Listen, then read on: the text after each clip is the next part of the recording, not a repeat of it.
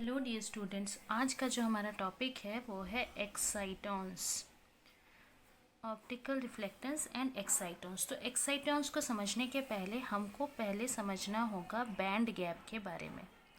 Band gap जो होता है उसको डिफाइन कैसे किया जाता है। ये एक्चुअली एनर्जी डिफरेंस होता है। किसके किसके बीच का एनर्जी डिफरेंस होता है?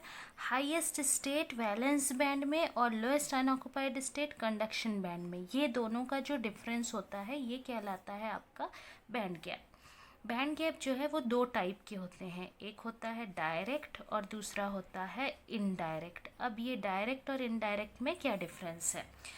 जो डायरेक्ट बैंड गैप होता है, अगर हम इसको एनर्जी और मोमेंटम के डायग्राम से समझने की कोशिश करें तो मान लीजिए वाई एक्सिस में एनर्जी है, एक्स एक्सिस में मोमेंटम है। दो प्लॉट बना रहे हैं, एक डायरेक्ट वाले के लिए और एक इनडायरेक्ट वाले के लिए। तो यहाँ पर जो डायरेक्ट बैंड गैप है उसमें क्या होगा, जो टॉप ऑफ वैलेंस बैंड है, कुछ इस तरीके से हम वैलेंस बैंड को शो कर रहे हैं, कंडक्शन बैंड को शो कर रहे हैं। ये हम सब ऑलरेडी पढ़े हुए होते हैं जब हम सॉलिड स्टेट के बेसिक्स की बात करते हैं तब। तो जो कंडक्शन बैंड है ये कंडक्शन बैंड और ये हो गया आपका वैलेंस बैंड। तो जब भी ये जो लोएस्ट पोर्शन है कंडक्शन बैंड का और जो हाईएस्ट पोर्शन है वैलेंस बैंड का, ये एक दूसरे के ऊपर आएंगे, तब इनके बीच का ये जो डिफरेंस है ये तो बैंड गैप कहलाएगा ही। और इस केस में जब ये एक दूसरे के ऊपर आएंगे तब ये कहलाएगा डायरेक्ट बैंड गैप। ठीक ऐसे ही इनडायरेक्ट बैंड गैप के लिए क्या हो जाएगा, मान लीजिए ये कुछ इस तरीके से है कंडक्शन बैंड और ये वैलेंस बैंड आपका यहाँ पे है। तो ये हो गया वैलेंस बैंड का हाईएस्ट स्टेट, ये हो गया कंडक्शन बैंड का लोएस्ट स्टेट। तो ये हो जाएगा आपका बैंड गैप। तो बैंड गैप ये हो जाएगा, लेकिन मोमेंटम की वैल्यू जो है यहाँ पर अलग अलग है, यहाँ पे अलग वैल्यू है, यहाँ पे अलग वैल्यू है। तो इसीलिए ये कहलाएगा आपका इनडायरेक्ट बैंड गैप। तो top of valence band, bottom of conduction band, साथ में सेम मोमेंटम होना चाहिए, तब बैंड गैप क्या कहलाएगा आपका डायरेक्ट बैंड गैप। अब जो एक्साइटॉन होता है, एक्साइटॉन को डिफाइन किया जाता है bound electron hole pair. Electron और होल का एक ऐसा पेयर जो एक साथ जुड़ा हुआ है। ये प्रोड्यूस कैसे होता है? अगर फोटोन को एब्जॉर्ब करवा दिया जाए किसी ऐसे पॉइंट पे जहाँ पे जो ग्रुप वेलोसिटी है इलेक्ट्रॉन होल की वो बराबर है और साथ में पार्टिकल जो है वो कूलम अट्रैक्शन से बॉन्डेड है, तब इसे प्रोड्यूस करवाया जा सकता है। किसे प्रोड्यूस करवाया जा सकता है? हमने कहा एब्जॉर्प्शन ऑफ फोटोन से। फोटोन को एब्जॉर्ब करने पे इलेक्ट्रॉन होल का कॉम्बिनेशन हमको मिलेगा, वो बाउंड होगा कूलम अट्रैक्शन से और जो ग्रुप वेलोसिटी है इलेक्ट्रॉन और होल की वो बराबर होनी चाहिए। तो डायरेक्ट बैंड गैप के केस में ये चीज़ पॉसिबल इसीलिए होता है, इलेक्ट्रॉन होल का पेयर जो है उसको प्रोड्यूस करना डायरेक्ट बैंड गैप के केस में पॉसिबल होता है, क्योंकि हमको एक्स्ट्रा एनर्जी की ज़रूरत नहीं है, हमको एक्स्ट्रा मोमेंटम देने की ज़रूरत नहीं होती है। इसीलिए डायरेक्ट बैंड गैप वाले में ये चीज़ पॉसिबल होता है, फोटोन का एब्जॉर्प्शन जो है। अब यहाँ पर बात आती है कि जो एक्साइटॉन है उसकी कुछ प्रॉपर्टी को अगर हम डिफाइन करें तो इसकी जो बाइंडिंग एनर्जी है हम उसके बारे में बात करेंगे। यहाँ पे बाइंडिंग एनर्जी, बाइंडिंग एनर्जी को मेजर किया जा सकता है। जो सबसे पहला तरीका है ऑप्टिकल ट्रांजिशन का। तो ऑप्टिकल ट्रांजिशन होता क्या है? जो एटम या मॉलिक्यूल होता है एक एनर्जी स्टेट से दूसरे एनर्जी स्टेट में जब भी जाता है, एक एनर्जी स्टेट से ये दूसरे स्टेट में जा रहा है मान के चलिए, तो फिर यहाँ पे ये या तो एमिट करेगा रेडिएशन को या फिर ये एब्जॉर्ब करेगा रेडिएशन को, है ना, विजिबल, अल्ट्रावायलेट, इंफ्रारेड, किसी भी रेंज में। तो ये कहलाता है आपका ऑप्टिकल ट्रांजिशन। अब यहाँ पे हम कह रहे हैं कि बाइंडिंग एनर्जी हम कैसे निकाल सकते हैं। तो बाइंडिंग एनर्जी ऑप्टिकल ट्रांजिशन की मदद से निकाली जा सकती है अगर हमको डिफरेंस पता हो उस एनर्जी का जिससे कि एक्साइटॉन को क्रिएट किया गया है और साथ में फ्री इलेक्ट्रॉन होल पेयर को क्रिएट किया गया है। ये दोनों का अगर हमको डिफरेंस पता चल जाता है तो फिर हम एक्साइटॉन की बाइंडिंग एनर्जी निकाल सकते हैं with the help of optical transition. दूसरा जो है हम रिकॉम्बिनेशन ल्यूमिनेसेंस से भी निकाल सकते हैं, लेकिन रिकॉम्बिनेशन ल्यूमिनेसेंस को पहले समझते हैं ये क्या चीज़ है।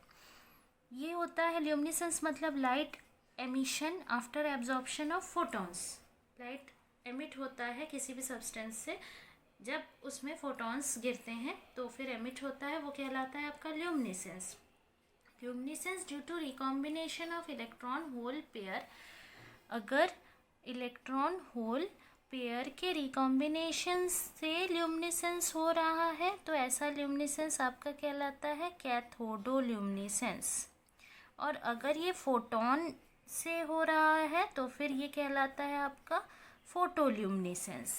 यहाँ पर हमको रिकॉम्बिनेशन ल्यूमिनेसेंस से जब बाइंडिंग एनर्जी निकालनी है एक्साइटॉन की, तो फिर हमको फिर कंपेयर करना पड़ेगा एनर्जी को, किसके किसके एनर्जी को, फ्री इलेक्ट्रॉन होल रिकॉम्बिनेशन वाले को और free electron hole recombination energy और इसके साथ में एक्साइटॉन एनर्जी, ये दोनों को हमको कंपेयर करना पड़ेगा। तब हमको रिकॉम्बिनेशन ल्यूमिनेसेंस की मदद से बाइंडिंग एनर्जी का, एक्साइटॉन के बाइंडिंग एनर्जी का पता चल जाएगा। तीसरा जो प्रोसेस है वो है फोटो आयनाइजेशन एक्साइटॉन का। फोटो आयोनाइजेशन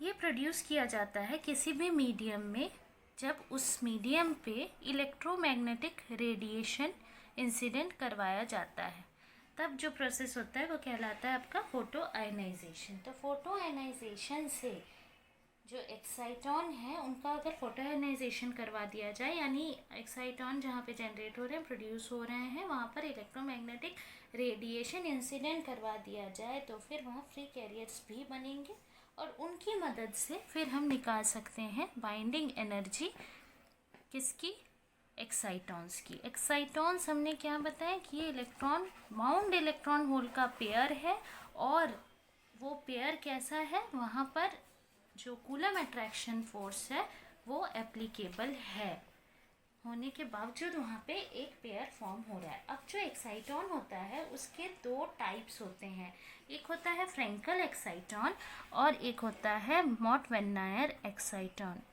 तो सबसे पहले हम बात करेंगे फ्रेंकल एक्साइटॉन की। तो जो फ्रेंकल एक्साइटॉन्स हैं इनके बारे में एक सबसे जो बड़ा डिफरेंस फ्रेंकल और मॉट-वेन-नायर में है वो ये है कि ये स्मॉल फ्रेंकल एक्साइटॉन स्मॉल और टाइटली बाउंड होते हैं। जो फ्रेंकल एक्साइटॉन्स होते हैं वो स्मॉल एंड टाइटली बाउंड होते हैं। यहाँ पे जो एक्साइटेशन होगा फ्रेंकल एक्साइटॉन के केस में वो लोकलाइज्ड रहेगा एक सिंगल एटम के पास, यहीं पे एक्साइटेशन होगा।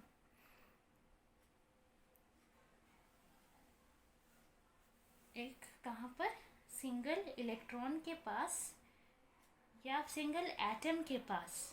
असल में होगा क्या कि जो होल है वो उसी एटम में रहेगा जिसमें इलेक्ट्रॉन रहेगा। ये एक एटम है जिसमें इलेक्ट्रॉन है तो इसी एटम के अंदर होल भी होगा क्रिस्टल में, लेकिन जो पेयर है वो क्रिस्टल में कहीं पर भी हो सकता है।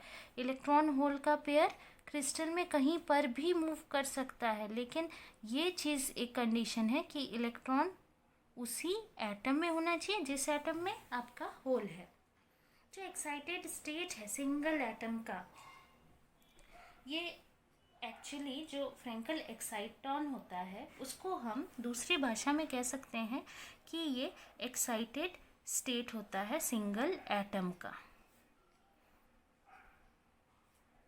लेकिन यहाँ पर जो एक्साइटेशन है वो एक्साइटेशन होने के बाद वो कहीं पर भी एटम के अंदर एक एटम से दूसरे एटम में जंप कर सकता है, मूव कर सकता है।